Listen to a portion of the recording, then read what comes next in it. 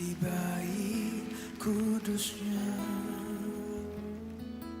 Saat umat mencari wajahnya, berseru, berdoa, bersujud menyembah dan menikmati kehadirannya. Tuhan mau dekat dengan umatnya yang datang dengan senang hatinya, berseru, berdoa, bersujud menyembah dan menikmati kehadiran. Shalom Bapak Ibu Saudara-saudara semuanya. Mari kita perkatakan Mazmur 91. Dalam lindungan Allah. Orang yang duduk dalam lindungan yang maha tinggi dan bermalam dalam naungan yang maha kuasa akan berkata kepada Tuhan, tempat perlindunganku dan kubu pertahananku, Allahku yang kupercayai. Sungguh dialah yang akan melepaskan engkau dari jerat penangkap burung, dari penyakit sampar yang busuk. Dengan kepaknya ia akan menudungi engkau, di bawah sayapnya engkau akan berlindung. Kesetiaannya ialah perisai dan pagar tembok. Engkau tak usah takut terhadap kedahsyatan malam, terhadap panah yang terbang di waktu siang, terhadap penyakit sampar yang berjalan di dalam gelap, terhadap penyakit menular yang mengamuk di waktu petang. Walau 1000 orang rebah di sisimu dan 10.000 di sebelah kananmu, tetapi itu tidak akan menimpamu. Engkau hanya menontonnya dengan matamu sendiri dan melihat pembalasan terhadap orang-orang fasik. Sebab Tuhan ialah tempat perlindunganmu, yang maha tinggi telah kau buat tempat perteduhanmu. Malapetaka tidak akan menimpa kamu, dan tulah tidak akan mendekat kepada kemahmu, sebab malaikat-malaikatnya akan diperintahkannya kepadamu untuk menjaga engkau di segala jalanmu. Mereka akan menatang engkau di atas tangannya, supaya kakimu jangan terantuk kepada batu. Singa dan ular tedung akan kau langkahi. Engkau akan menginjak anak singa dan ular naga. Sungguh hatinya melekat kepadaku, maka aku akan meluputkannya. Aku akan membentenginya, sebab ia mengenal namaku. Bila ia berseru kepadaku, aku akan menjawab. Aku akan menyertai dia di dalam kesesakan. Aku akan meluputkannya dan memuliakannya. Dengan panjang umur akan kukenyangkan dia, dan akan kuperlihatkan kepadanya keselamatan daripadaku. Amin. Salam. Mari Bapak Ibu Jemaat GB Ujung Menteng yang akan mengikuti ibadah live streaming, kita sama-sama memperkatakan arti Pentakosta ketiga. Firman Tuhan diambil dari 2 Korintus 4 ayat 13. Namun karena kami memiliki roh iman yang sama, seperti ada tertulis, aku percaya, sebab itu aku berkata-kata. Maka kami juga percaya dan sebab itu kami juga berkata-kata. Arti Pentakosta ketiga: 1. Pentakosta ketiga adalah pencurahan Roh Kudus yang dahsyat di zaman now, melebihi yang terjadi di Azusa Street. 2. Pentakosta ketiga akan mengakibatkan penuaian jiwa yang terbesar dan yang terakhir sebelum Tuhan Yesus datang kembali. 3. Pentakosta ketiga akan membangkitkan generasi Yeremia, yaitu anak-anak muda yang dipenuhi Roh Kudus, cinta mati-matian kepada Tuhan Yesus, tidak kompromi terhadap dosa, dan akan bergerak untuk memenangkan jiwa. 4. Pentakosta ketiga lahir di Indonesia yang bergerak ke bangsa-bangsa. Gerakan ini dari timur ke barat dan akan kembali ke Yerusalem. 5. Pentakosta ketiga akan memberikan kuasa untuk menyelesaikan amanat agung, dan setelah itu Tuhan Yesus datang kembali. Amin.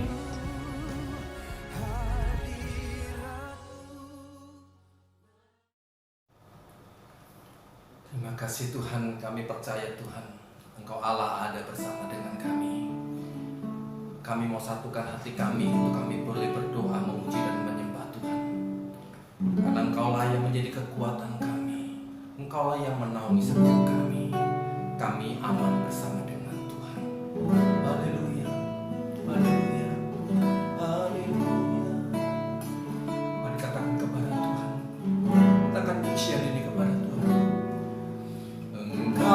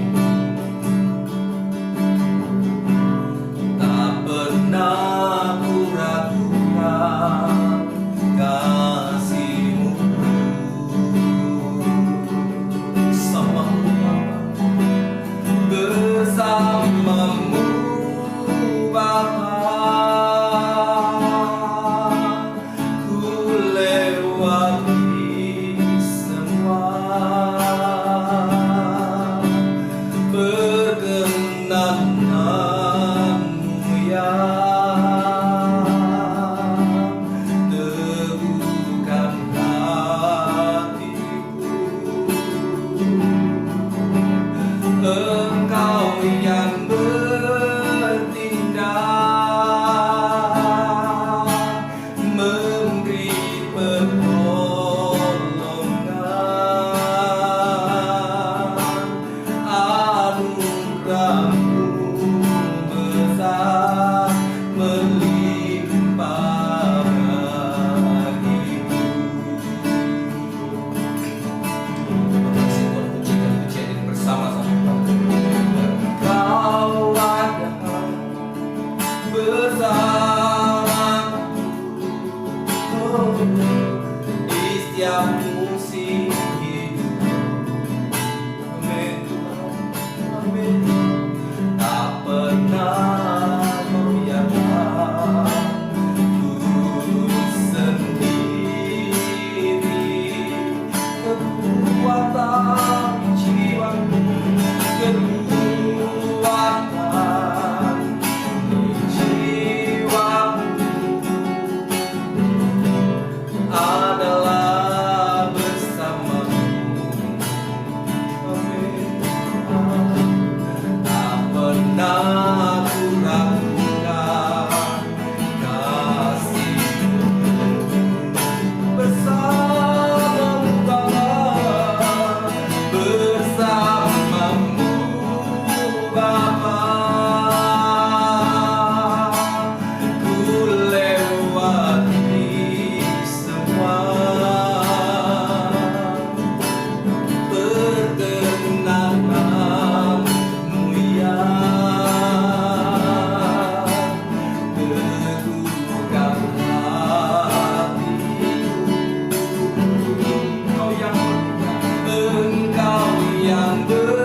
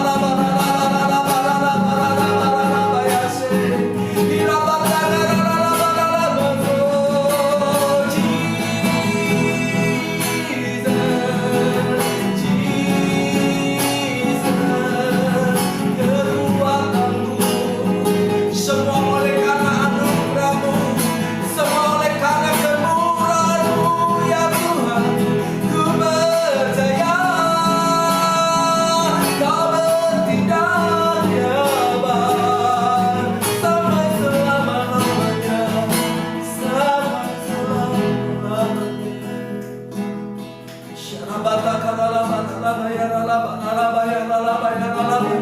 Oh rabata karalaba ralaba ralaba.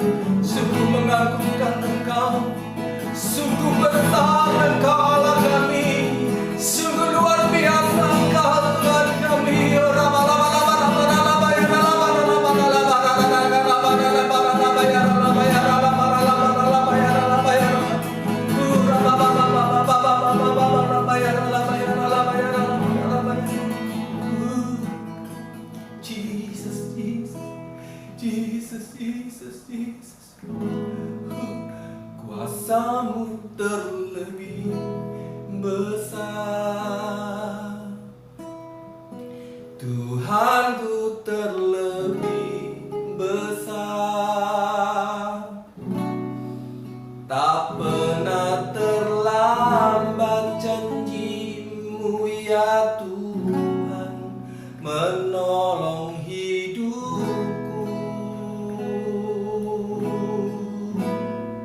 Kuasamu terlebih besar, Tuhanku terlebih besar. Tak pernah terlambat janjimu ya Tuhan, pulihkan hidupku. Ini doa kami ya Tuhan, ini kepercayaan kami kepadamu ya Tuhan. Oh, katakan bersama-sama, Tuhan, Engkau Tuhan penolong,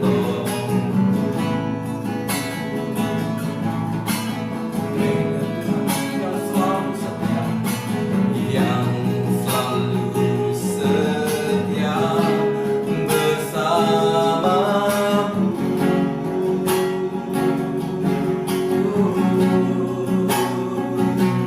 Kasih-Mu yang sanggup mengubah kehidupanku.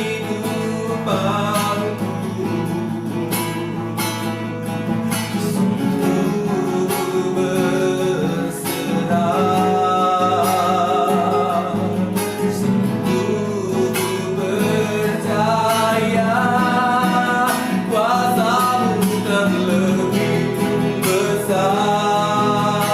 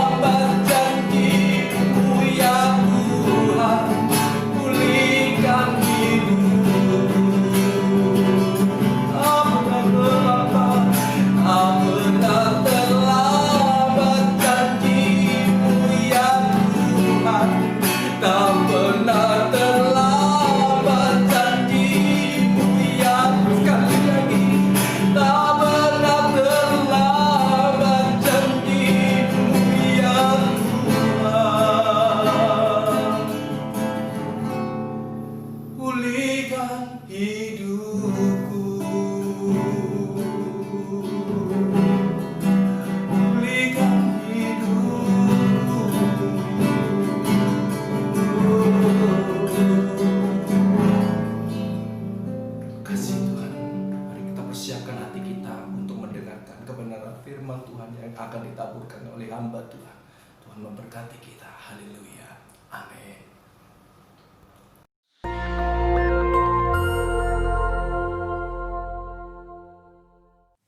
Shalom saudara, tema kali ini kita akan membahas tentang hidup dan cara kematian orang Kristen. Tidak sedikit orang percaya, khususnya para pelayan Tuhan yang setia, berpulang karena serangan wabah COVID-19. Kemudian banyak orang bertanya, apa yang salah? Kenapa? Kok bisa? Orang seringkali mengaitkan cara kematian seseorang dengan kehidupannya. Kematian adalah hal yang tidak terhindarkan dari kehidupan semua makhluk hidup di dunia termasuk manusia. Ada dua pandangan, yaitu yang pertama pandangan orang yang saleh pasti meninggal dengan cara terhormat, seperti mati dengan tenang, tidak menderita kesakitan, saat-saat terakhir dengan kondisi baik. Pandangan yang sebaliknya yaitu orang yang berdosa besar. Mereka meninggal dengan cara yang hina, maksudnya matinya menderita, sendirian di saat-saat terakhir dan mengenaskan meninggal karena kecelakaan atau korban kriminal. Benarkah kedua pandangan tersebut? Tentu saja pandangan tersebut salah. Alkitab mencatat Tuhan Yesus sendiri diperhadapkan dengan pertanyaan dan situasi yang mirip. Dalam Lukas 13 ayat 1 sampai dengan 5 terjadi peristiwa matinya peziarah di Yerusalem yang dibunuh oleh Pilatus dan darahnya dicampur dengan korban darah yang akan dipersembahkan. Peristiwa yang kedua adalah orang-orang Galilea mati tertimpa menara dekat Siloam. Dua peristiwa ini membuat orang-orang bertanya, dosa besar apa yang telah dilakukan oleh kedua kelompok ini? Hingga mereka meninggal dengan cara yang mengenaskan. Saat itu juga Yesus menegur mereka bahwa hal itu terjadi bukan karena mereka lebih berdosa. Dosa dan kesalahan atau konsekuensi yang dibuat oleh manusia bisa saja mengakibatkan penderitaan dan mati dengan mengenaskan. Tetapi mengatakan semua orang yang mati dengan tidak enak dan mengenaskan adalah orang yang lebih berdosa, itu pendapat yang salah. Apalagi mengaitkan dengan kualitas kerohanian mereka. Tuhan Yesus mengajarkan di Lukas 13 ayat 1 sampai dengan 5. Yang pertama, cara mati seseorang tidak menunjukkan kualitas hidupnya. Mungkin saja orang yang berdosa bisa mati atau meninggal dengan cara yang tidak enak dan menderita. Tetapi bukan selalu bila seseorang meninggal dengan cara yang tidak enak, artinya pasti karena ada dosa besar yang dilakukan. Jangan mengaitkan cara kematian seseorang dengan kualitas hidupnya.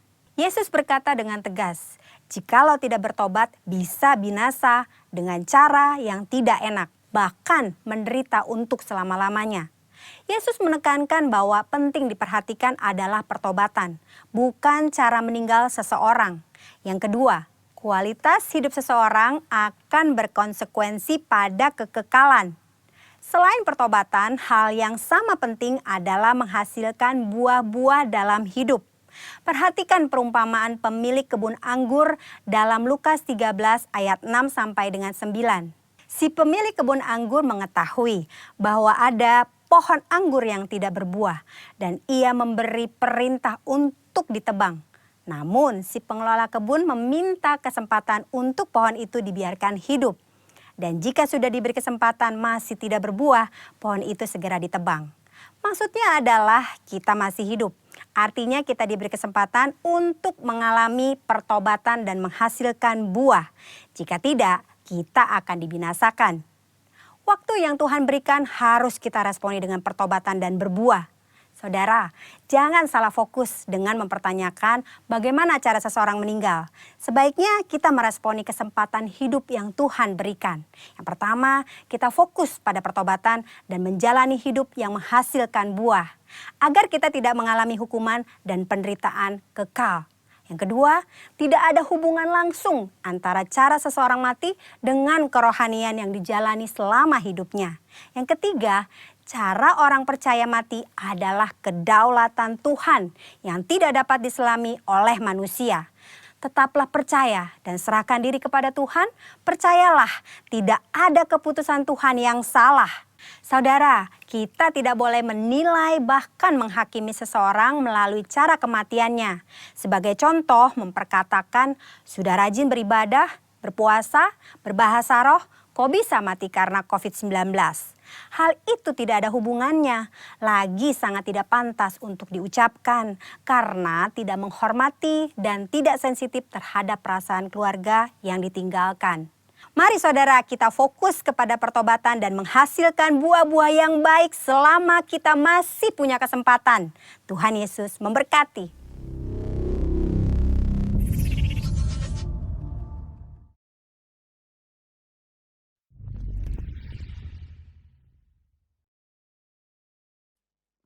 Shalom, Bapak Ibu yang terkasih dalam Yesus. Kita bertemu kembali di dalam kegiatan ibadah secara online. Bapak Ibu yang terkasih dalam Yesus, sebelum kita masuk ke dalam firman Tuhan, mari sama-sama kita berdoa. Bapa kami yang ada di sorga, yang kami panggil di dalam nama Tuhan Yesus Kristus, sungguh kami bersyukur, berterima kasih atas anugerah kasih karunia berkat perlindungan pertolongan-Mu Tuhan. Sepanjang musim ini, Kau pelihara, lindungi kami, Kau berkati kami. Terima kasih atas kesehatan yang terbaik Kau berikan. Terima kasih atas segalanya. Sebagai ungkapan syukur kami, hari ini kami akan masuk dalam ibadah bersama secara online. Kau berkati ibadah ini, Kau urapi kami semua. Biarlah dalam pertemuan ibadah ini Tuhan Kau hadir, Kau lawat kami diberi kekuatan gairah yang terbaik. Terima kasih, kami siap untuk mendengar firman-Mu. Dalam nama Tuhan Yesus Kristus kami berdoa. Amin. Sekali lagi shalom. Saya percaya penyertaan Tuhan sempurna atas kehidupan anak-anak Tuhan. Bapak Ibu, belum lama kita merayakan kenaikan Tuhan Yesus dan juga prayer meeting pencurahan Roh Kudus. Pencurahan Roh Kudus ini tidak terhenti. Pencurahan Roh Kudus ini masih berlanjut. Hari ini sama-sama kita belajar tentang pencurahan Roh Kudus. Janji ini diberikan kepada semua anak-anak Tuhan. Anak-anak Tuhan yang bagaimana? Mari buka bersama saya Kisah Rasul 2 ayat 14 dan seterusnya. Perikopnya khotbah Petrus. Maka bangkitlah Petrus berdiri dengan ke-11 rasul itu, dan dengan suara yang nyaring ia berkata kepada mereka, hai kamu orang Yahudi dan kamu semua yang tinggal di Yerusalem, ketahuilah dan camkanlah perkataanku ini. Orang-orang ini tidak mabuk seperti yang kamu sangka, karena hari baru pukul 9. Tetapi itulah yang difirmankan Allah dengan perantaraan Nabi Yoel. Saudara, pagi itu murid-murid Yesus dipenuhi Roh Kudus. Mereka berkata-kata dengan bahasa yang baru. Banyak orang yang melihatnya, mereka menduga orang mereka itu mabuk. Inilah bukti nyata bahwa pencurahan Roh Kudus itu nyata. Pencurahan Roh Kudus itu real sekali. Itu dialami murid-murid Yesus. Mereka bergairah, mereka mengalami hal-hal yang mujizat, saudara. Bapak Ibu yang terkasih dalam Yesus, pada akhir zaman ini, pada hari-hari terakhir ini perlu kita ketahui. Di kitab 2 Timotius 3 dikatakan pada hari-hari terakhir akan datang masa yang sukar. Orang-orang mementingkan diri sendiri, menjadi hamba uang, memberontak kepada orang tua, tidak mengasihi, tidak peduli agama, suka berkhianat. Ini yang terjadi saat-saat ini. Hari-hari terakhir. Nubuat Nabi Yoel juga katakan akan terjadi pada hari-hari terakhir. Apa itu? Demikianlah firman Tuhan. bahwa aku akan mencurahkan rohku ke atas semua manusia, maka anak-anakmu laki-laki dan perempuan akan bernubuat, dan teruna-terunamu akan mendapat penglihatan-penglihatan, dan orang-orangmu yang tua akan mendapat mimpi. Juga ke atas hamba-hambaku laki-laki dan perempuan akan kucurahkan rohku pada hari-hari itu, dan mereka akan bernubuat. Dan aku akan mengadakan mujizat-mujizat di atas, di langit, dan tanda-tanda di bawah, di bumi, darah dan api dan gumpalan-gumpalan asap. Matahari akan berubah menjadi gelap gulita, dan bulan menjadi darah sebelum datangnya hari Tuhan, hari yang besar dan mulia itu. Dan barang siapa yang berseru kepada nama Tuhan akan diselamatkan. Bapak Ibu yang terkasih dalam Yesus, kita tahu kita masuk dalam era Pentakosta ketiga. Ini sedang terjadi, saudara. Pencurahan Roh Kudus yang dahsyat di zaman now melebihi yang terjadi di Azusa Street. Dan Pentakosta ketiga ini juga memberikan kuasa untuk menyelesaikan amanat agung setelah itu Tuhan Yesus datang kembali. Jadi hari-hari ini kita harus peka, harus serius untuk menantikan pencurahan Roh Kudus ini, supaya kita gerejanya, anak-anaknya mengalami. Saya lanjutkan firman Tuhan ini di dalam Kisah Rasul 2 ayat 32. Yesus inilah yang dibangkitkan Allah, dan tentang hal itu kami semua adalah saksinya.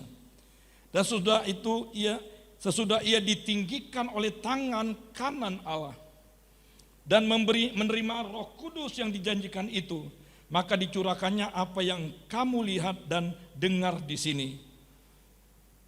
Kita tahu, saudara, dalam Kisah Rasul dikatakan Yesus berpesan kepada murid-muridnya, jangan tinggalkan Yerusalem sampai penolong itu datang.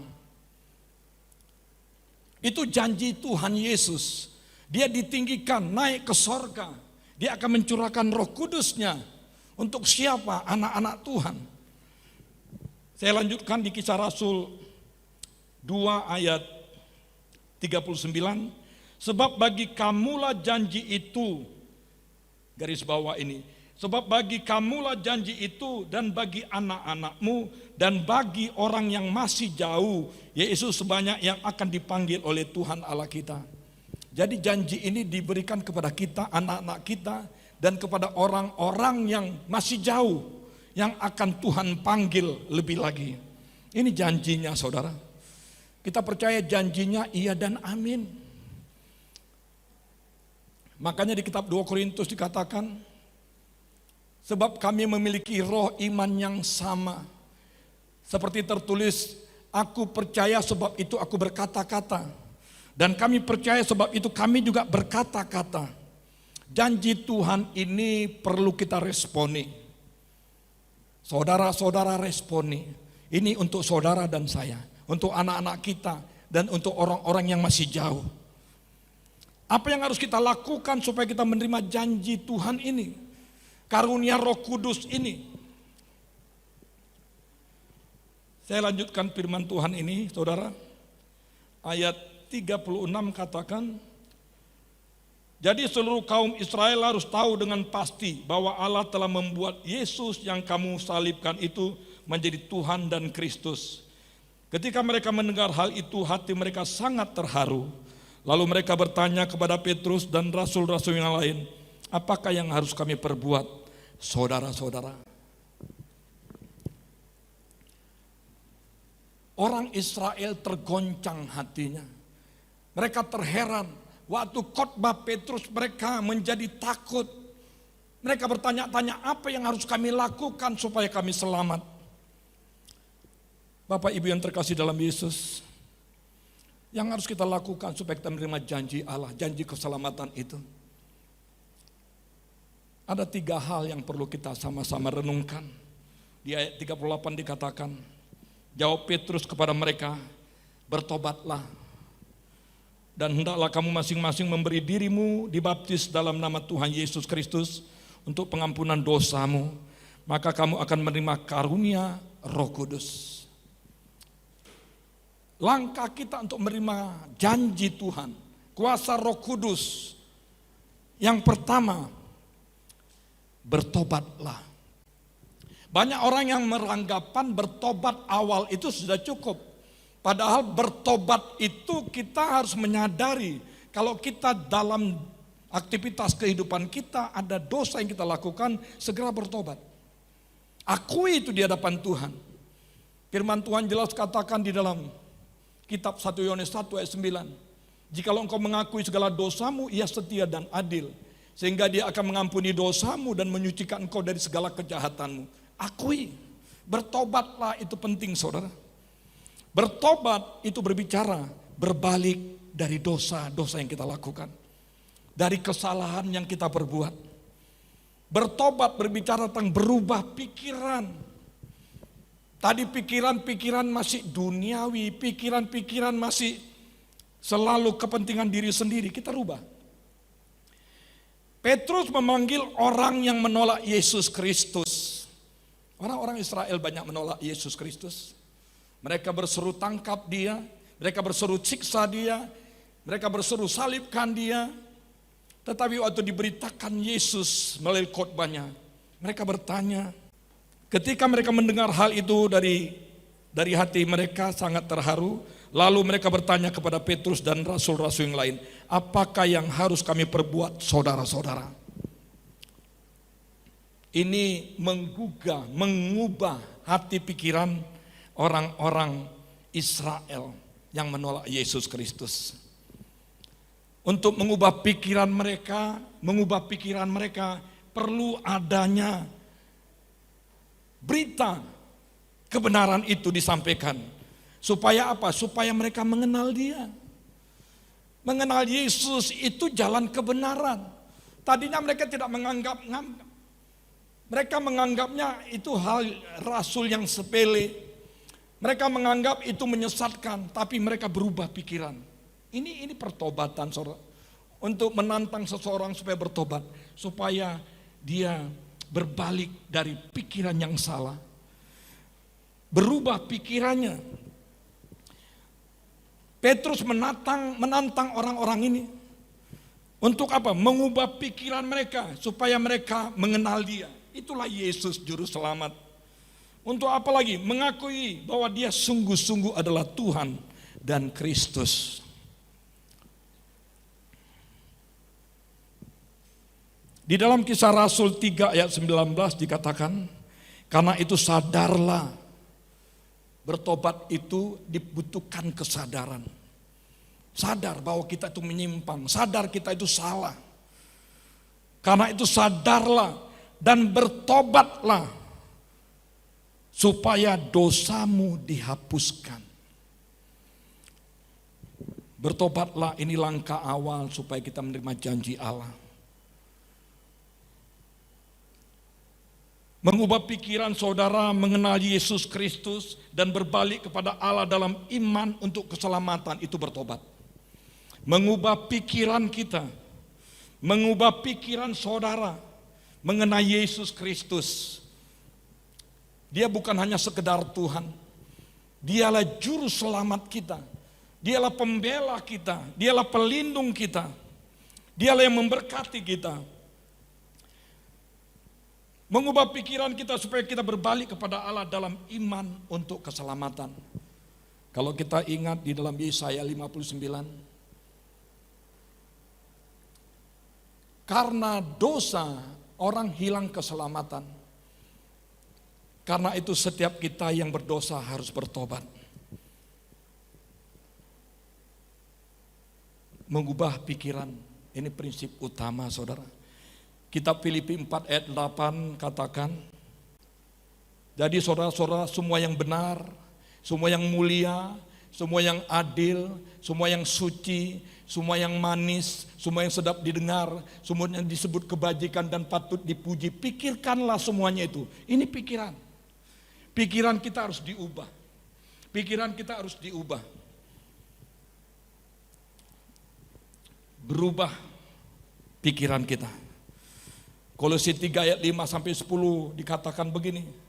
Matikanlah di dalam dirimu segala sesuatu yang duniawi. Ini langkah bertobat. Matikan itu. Kita harus bertobat, berubah. Suam-suam kuku juga ini harus kita ubah. Ikut Tuhan itu tidak boleh 50%, 60%, harus 100%, sungguh-sungguh.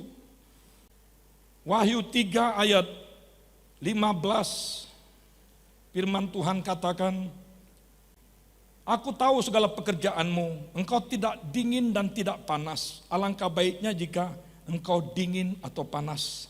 Jadi karena engkau suam-suam kuku, aku tidak dingin atau panas, aku akan memuntahkan engkau dari mulutku. Saudara, kalau orang yang tidak serius, yang suam-suam kuku, hari-hari ini, hari-hari terakhir ini, kita harus ubah itu, bertobatlah. Kalau kita panas, ya panas sekaligus. Kalau kita suam-suam kuku dikatakan, aku akan memuntahkan engkau. Memuntahkan itu berbicara tentang menolak. Juga kalau kita hidup di dalam Tuhan, hidup di dalam kasih, kita harus bangkitkan kasih mula-mula kita. Jangan kehilangan kasih mula-mula. Wahyu 2 ayat 4 firman Tuhan katakan begini saudara. Namun demikian aku mencela engkau karena engkau telah meninggalkan kasihmu yang semula. Garis bawah ini, kamu meninggalkan kasihmu yang semula. Kita harus ubah ini, bertobat kalau kita kehilangan kasih mula-mula. Sebab itu ingatlah betapa dalamnya engkau telah jatuh, betapa dalamnya jatuh. Bertobatlah dan lakukan lagi apa yang semula engkau lakukan. Jika tidak demikian aku akan datang kepadamu dan aku akan mengambil kaki dianmu dari tempatnya jikalau engkau tidak bertobat. Bertobat, ini langkah kita untuk menerima janji Allah. Bertobat, ini langkah kita untuk menerima pencurahan Roh Kudus yang akan dinyatakan bagi anak-anak Tuhan. Katakan amin. Ini yang pertama saudara. Yang kedua,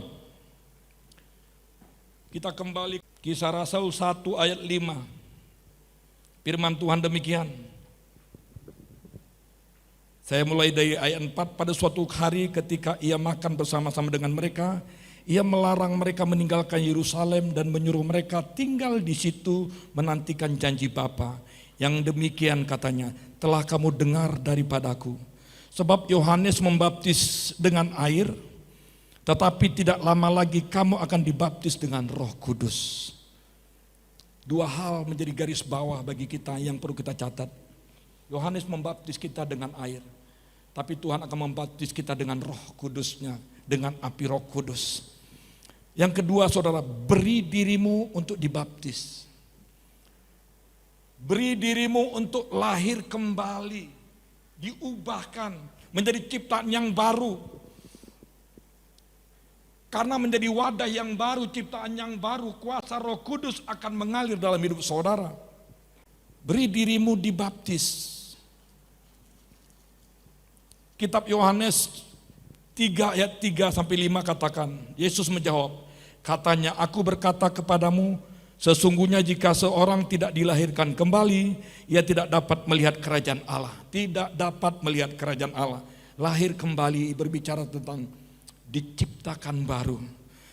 Kata Nikodemus kepadanya, bagaimanakah mungkin seorang dilahirkan kalau ia sudah tua? Dapatkah ia masuk kembali ke dalam rahim ibunya dan dilahirkan bagiku? Dilahirkan lagi? Jawab Yesus, aku berkata kepadamu, sesungguhnya jika seorang tidak dilahirkan dari air dan roh, ia tidak dapat masuk ke dalam kerajaan Allah. Lahir dari air dan roh. Beri dirimu untuk dibaptis.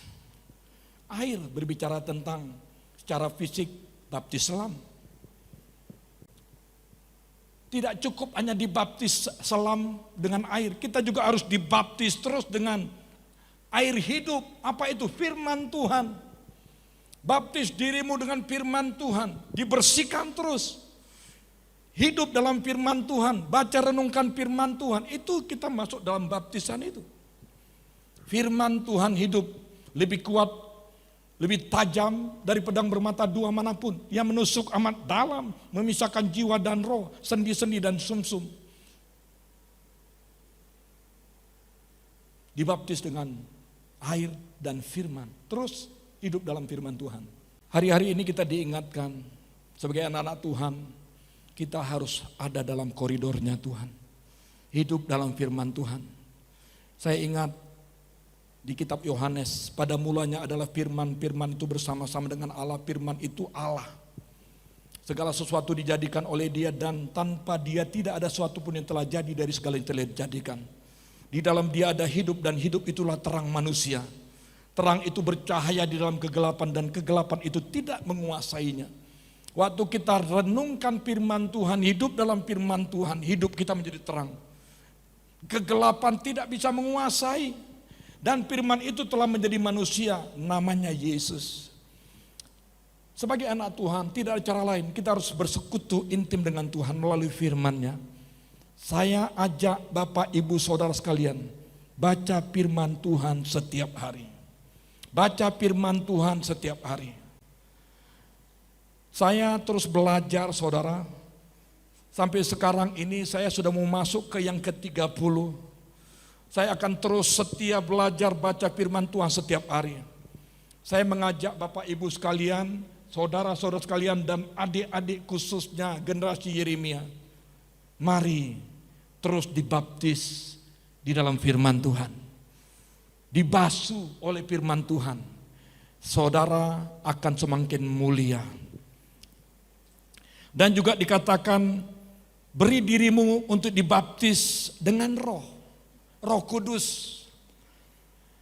Jikalau Ia datang yaitu Roh kebenaran, itu Roh Kudus, Ia akan memimpin kamu ke dalam seluruh kebenaran. Di zaman sekarang ini kita harus dipimpin oleh Roh Kudus. Kalau tidak, kita akan bisa terpengaruh dengan segala multimedia, dengan segala berita-berita yang membuat kita tersesat, menyimpang kiri dan kanan.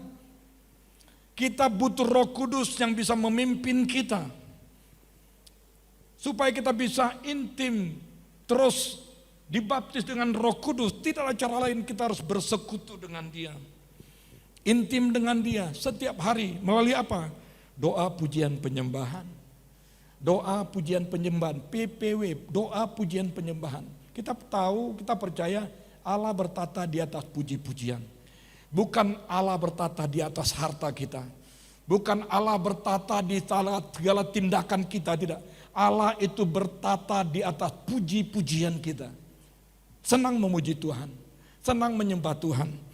Terus berdoa kepada Tuhan. Itu persekutuan yang dahsyat luar biasa, saudara. Pengurapan Allah terus mengalir, menguatkan saudara dan saya. Bapak Ibu yang terkasih dalam Yesus, yang ketiga, apa langkah kita supaya kita mengalami pencurahan Roh Kudus? Janji Tuhan ini kita alami. Yang pertama tadi dikatakan kita harus bertobat. Tidak ada cara lain, bertobat. Kalau selama ini suam-suam kuku, ubah. Semakin semangat, lebih menyala-nyala. Kalau kita selama ini kehilangan kasih mula-mula, kejar terus. Bangkitkan kasih mula-mula kita. Yang kedua, beri dirimu untuk terus dibaptis, dibasuh oleh Tuhan. Melalui air, melalui firman, melalui Roh Kudus. Karena Tuhan katakan, kuduslah kamu karena aku kudus. Tanpa kekudusan tidak ada yang melihat kemuliaan Tuhan. Yang ketiga, tekun menantikan Dia. Pencurahan Roh Kudus bukan pada saat 31 Mei saja, saudara. Itu pencurahan Roh Kudus, itu perayaan Pentakosta, pencurahan Roh Kudus yang dahsyat. Tetapi setelah lewat itu, kalau saudara belum rasakan, nantikan terus, tekun nantikan terus. Dengan cara apa? Tingkatkan doa, pujian, penyembahan saudara. Seperti Kisah Rasul 1 ayat 13, setelah mereka tiba di kota, murid-murid Yesus, naiklah mereka ke ruang atas, tempat mereka menumpang.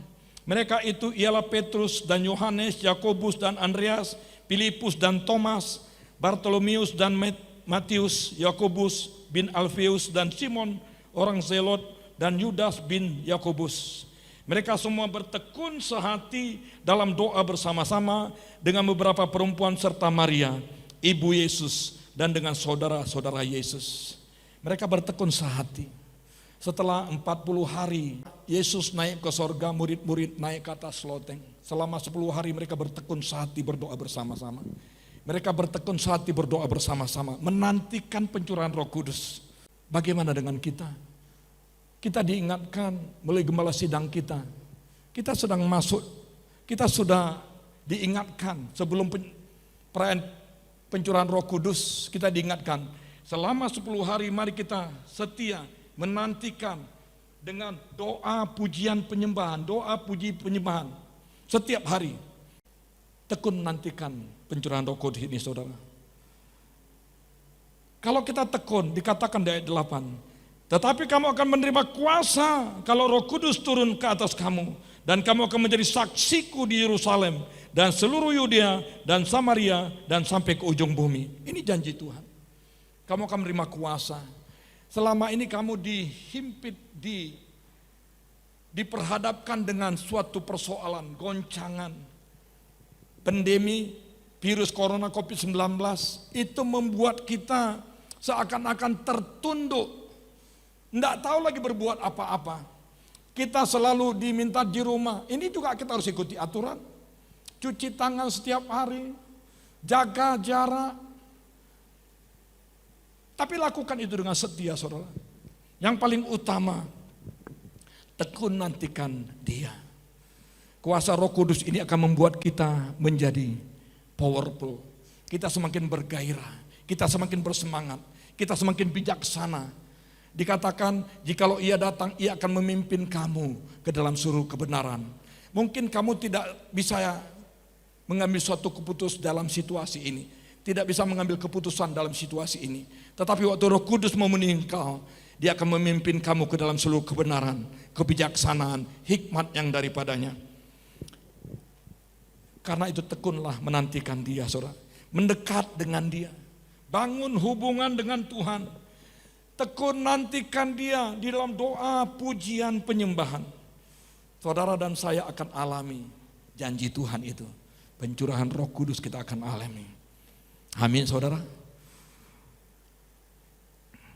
Pencurahan Roh Kudus.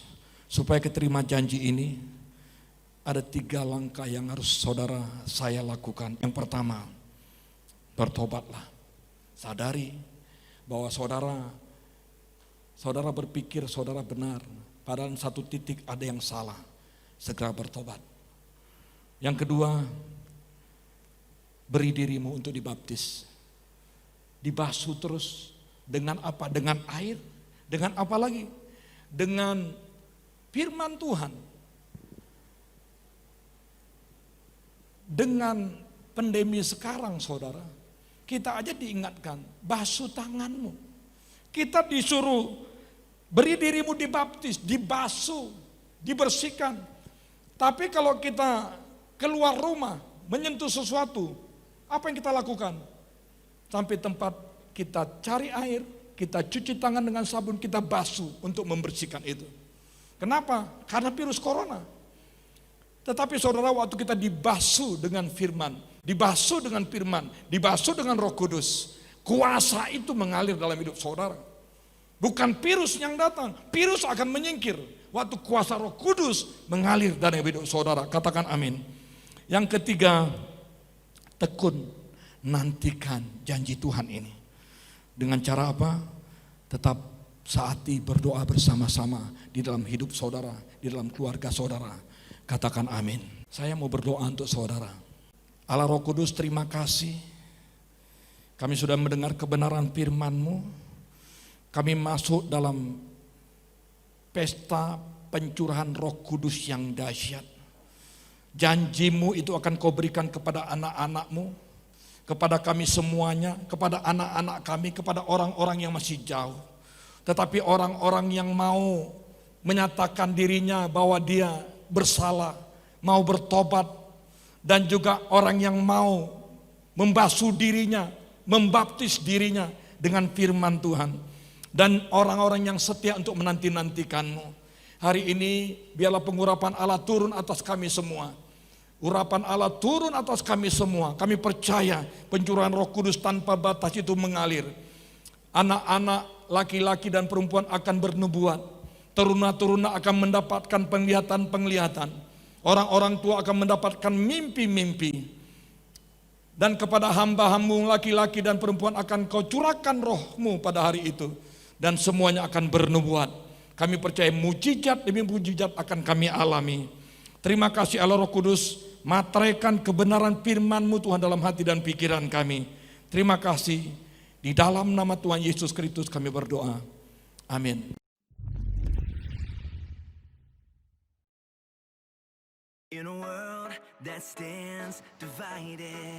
Shalom Bapak Ibu Jemaat Setia GBI Ujung Menteng, kita akan mendengarkan pengumuman untuk 1 minggu ke depan.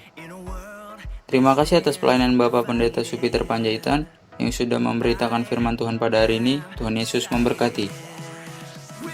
GBI Ujung Menteng akan tetap mengadakan ibadah online dan perjamuan kudus pada hari Minggu 5 Juli 2020 pada pukul 10 pagi dan ibadah sekolah minggu pada pukul 9 pagi.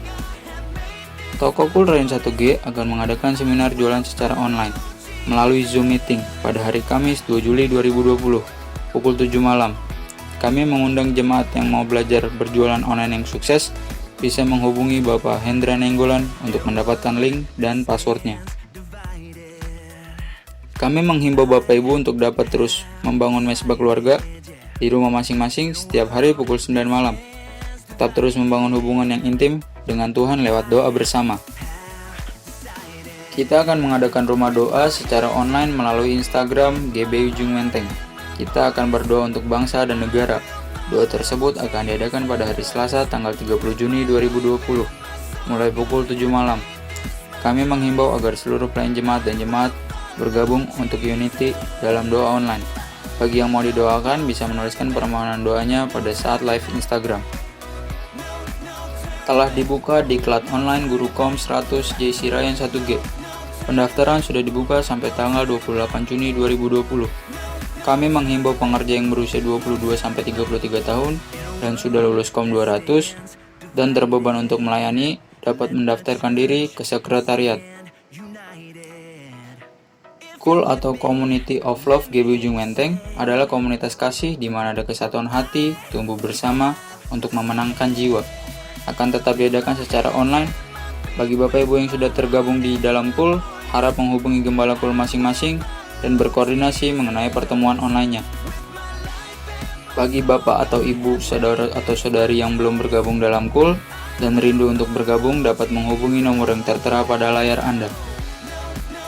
Untuk persembahan umum, kolekte, persepuluhan, dan persembahan lainnya dapat dilakukan melalui transfer persembahan yang dapat dilihat di layar Bapak Ibu sekalian.